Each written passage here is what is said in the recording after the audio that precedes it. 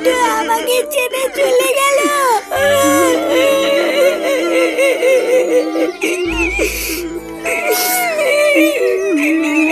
ফুটো তুই আমাকে ছেড়ে চলে গেলি বাবা।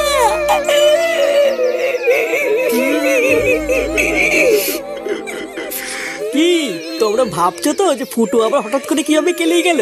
চলো সবার আগে দেখে নি যে কি এমন হয়েছিল যার জন্য ফুটোর আজকে এই অবস্থা।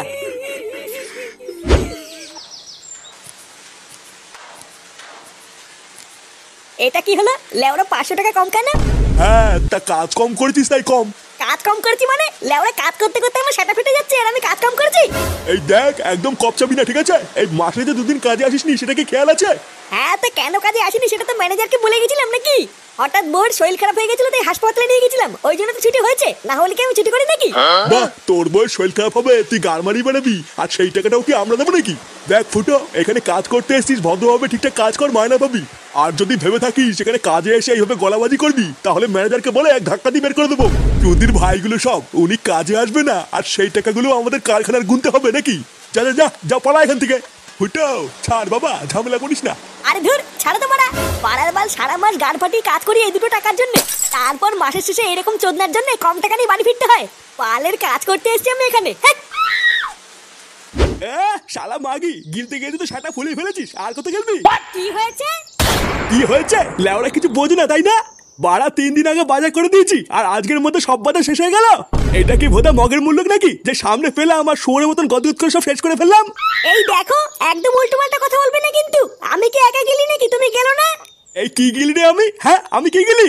বাড়া খাই তো দিনে না খাওয়ার মতন দুটো ভাত আর তাতেই সব শেষ হয়ে গেল। ভোদা আমার 3 বেলা গাড়ির ঘাম পায়ে ফেলে 1 কেজি চাল কিনতে হয় আর চোদনাগুলো 2 দিনের মধ্যে সব খেয়ে ধ্বংস করে বসে আছে। লেওরা যত সব হাঙর চোদাগুলোকে নিয়ে সংসার করছি, হাত বড়া। দেখো দাদু, তুমি কিন্তু একদম উল্টো পাল্টা কথা বলবে না, বলে দিলাম।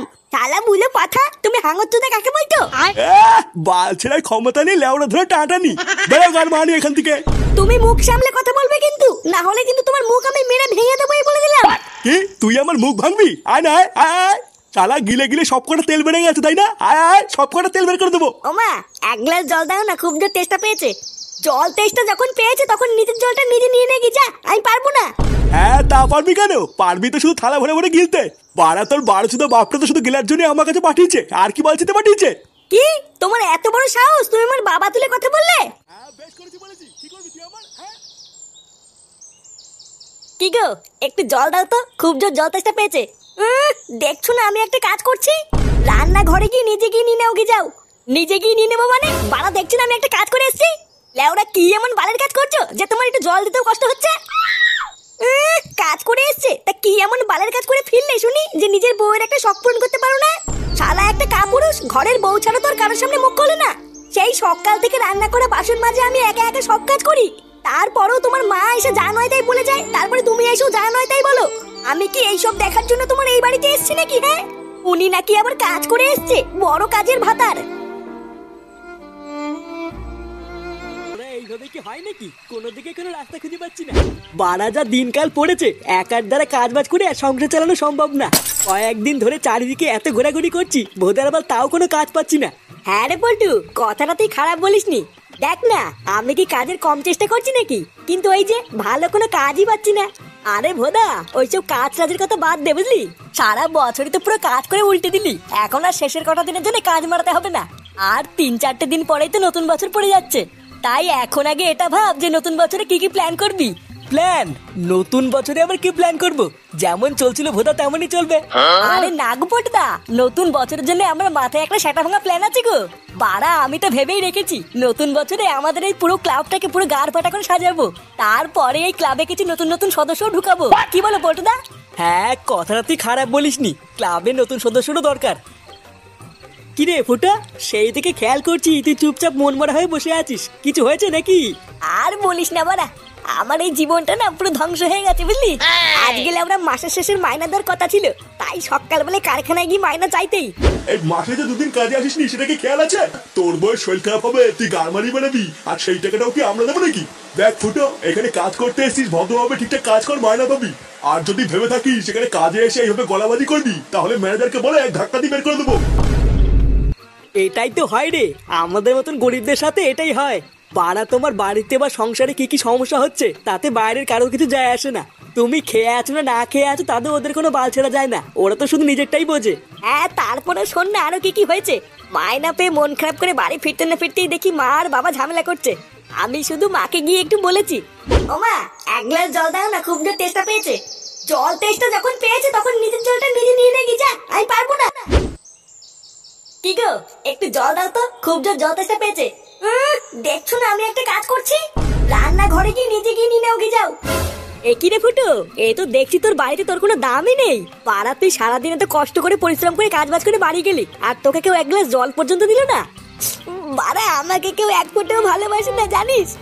আমি সারা দিন রাত এত কষ্ট করে পরিশ্রম করি, তাও বাড়িতে আমাকে এক ফোঁটাও কেউ দাম দেয় না।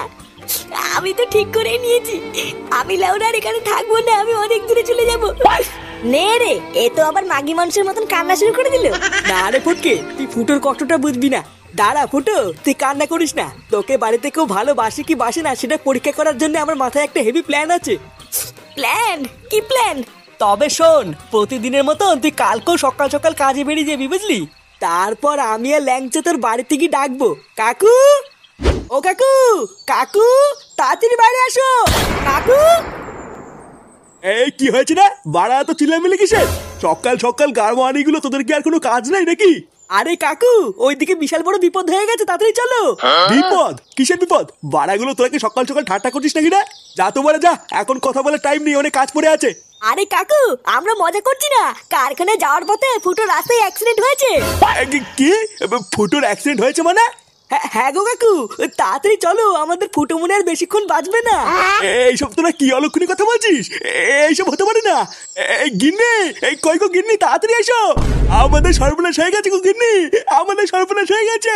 আমাদের ফুটো অ্যাক্সিডেন্ট করেছে গিন্নি।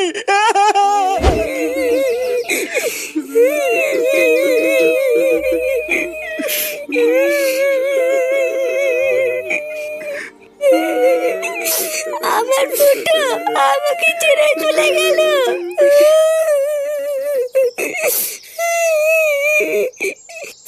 আপনি কান্না করবেন না মা, আপনি কান্না করলে আমার খুব কষ্ট হয়। চুপ শালা মাগি, শালা রাক্ষসী শাকচুন্নি চুদে, আমার ছেলেকে মেরে দিয়ে এখন নাটক শোনাচ্ছ। মা তুমি এইসব কি উল্টোপাল্টা কথা বলছো? আমি তোমার ছেলেকে কখন মারলাম? কখন মারলি শালা শয়তানি? তোর সাথে বিয়ের পর থেকে আমার ছেলেটা ভালো নেই। আমার ছেলেটাকে তো খেলি, এবার বেরো আমার বাড়ি থেকে। কেন আমি বেরোবো কেন? এবার তো বেরোবো তোমরা। আমার স্বামী বেঁচে ছিল বলে এতদিন কিছু বলতে পারিনি, এখন তো আমার স্বামী নেই, বেরো পড়া। এইসব তুমি কি বলছো বৌমা? আমরা বেরিয়ে যাবো মানে? চুপ শালা বুড়ো, অনেক হয়েছে তোদের নাটক, এবার বেরো। বৌমা কি সব বলছো তুমি এসব? তোমার কি মাথা ঠিক আছে? হ্যাঁ মা তো ঠিকই বলেছে, শালা বুলে পাঠা, আর কয়দিন থাকবি বেলা বেলা? পাড়ার বার এতদিন অনেক গাল মালিয়ে তো, এবার বেরো আমার বাড়ির থেকে। শালা গাল মালানি বাপটা এতদিন আমাকে অনেক গালিতে, এবার মলে গেছে ঠিক হইতে। ওরে শান্তির ছেলে, তোর তলে তলে এই ছিল, এই গাল মেলিতে। তুদির ভাই বাপ মরে গেছে খুব ভালো হয়েছে তাই না? সেটাই খুব রস হয়েছে। শালা যেই দেখেছি আমি মরে গেছি, আর এই মাগি আর এই শান্তির ছেলে রস বেরিয়েছে। হ্যাঁ আজ লেওরে এই মাগি আর এই শান্তির ছেলে দুটোই শেষ। খতম। কি হরে